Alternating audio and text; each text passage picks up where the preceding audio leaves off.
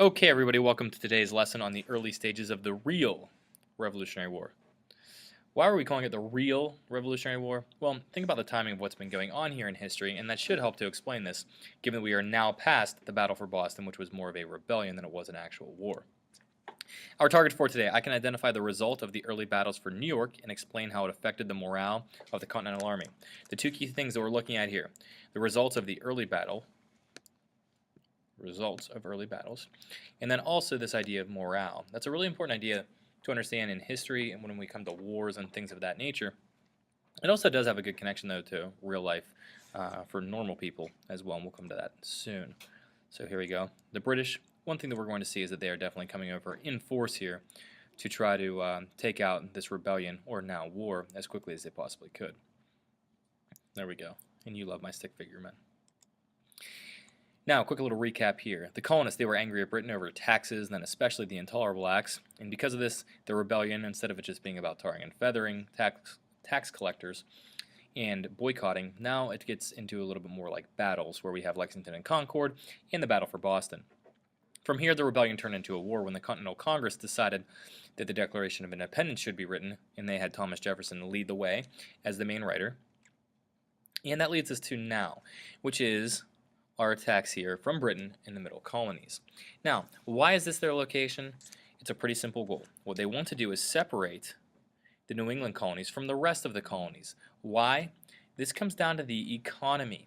If you think about the economy of New England, it is not so much based upon food production, though there was some fishing and such, but it's more about trade, lumber, shipbuilding, other things of that nature. So the reality is they're not going to be able to grow enough food, and they had been relying on the middle colonies to bring up a lot of their grain. Notice, or remember, the middle colonies were the breadbasket colonies.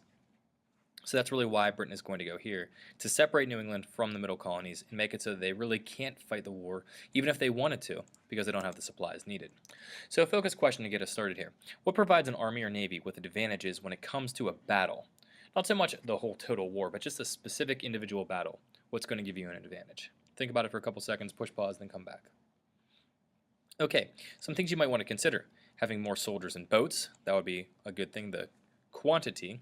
Also having better quality soldiers, so better training, better leaders maybe, and also having better weaponry. That's going to be extremely important too.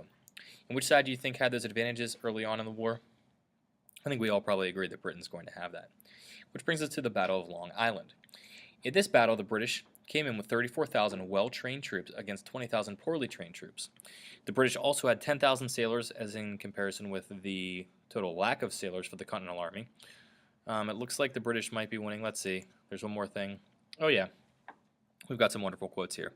A navy large enough that one colonist said, "I could not believe my eyes. I thought all London was afloat." That's going up against what Super Wilson said about the Continental Navy being, "Wow, you have no chance in this battle."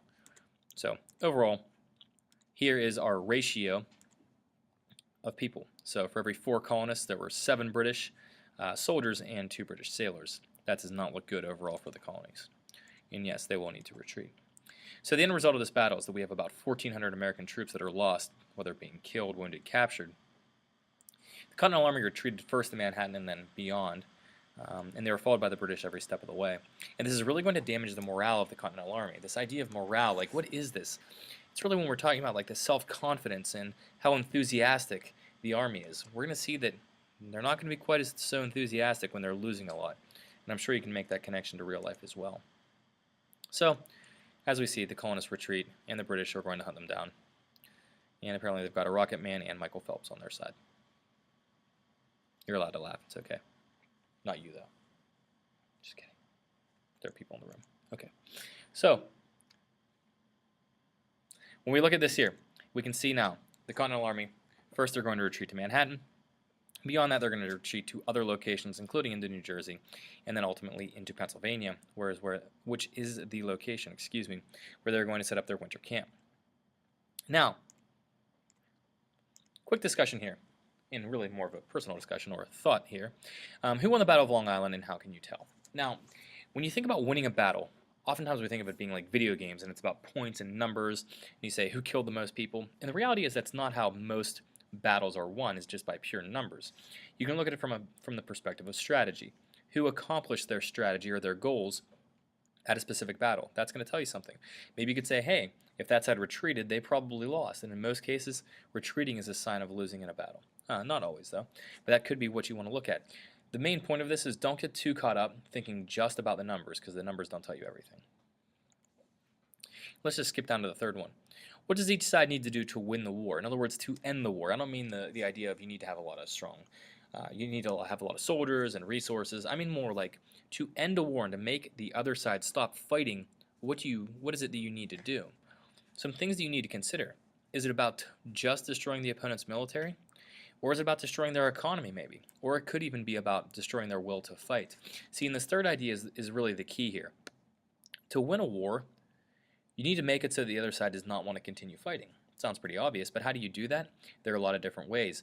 And the truth is, the more motivated that you are, the harder it's going to be to damage this will to fight and to make people want to surrender. And that's really the key here, is that idea of like, how far are you willing to go? Now, let's wrap up here this lesson with this idea of morale. It's underappreciated yet very, very important. So the formal definition is the state of the spirits of a person or group as exhibited by confidence, cheerfulness, discipline, and willingness to perform assigned tasks.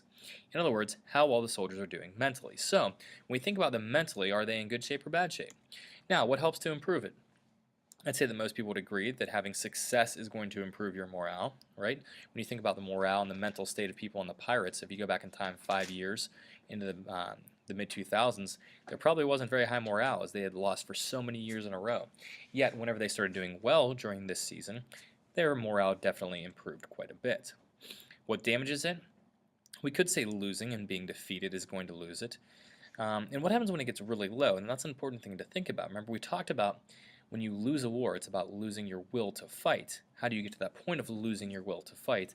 And that's really what we're at here. Because when people start losing their will to fight, they're not going to really work as hard, and they're not going to be as into it as really before, and that's when they will surrender. Now, whenever there is some struggle here, we're going to see Thomas Paine steps up again. You may recall him as being the author of the first really important pamphlet in American history, being Common Sense. He's going to again write a pamphlet, and let's get to this. So let's pretend you have an upset stomach. You're going to take Pepto-Bismol, and that's going to make you feel better. There we go. Now, if you have low morale and you bring in some Thomas Paine writing, then it helps and makes everything all better, apparently.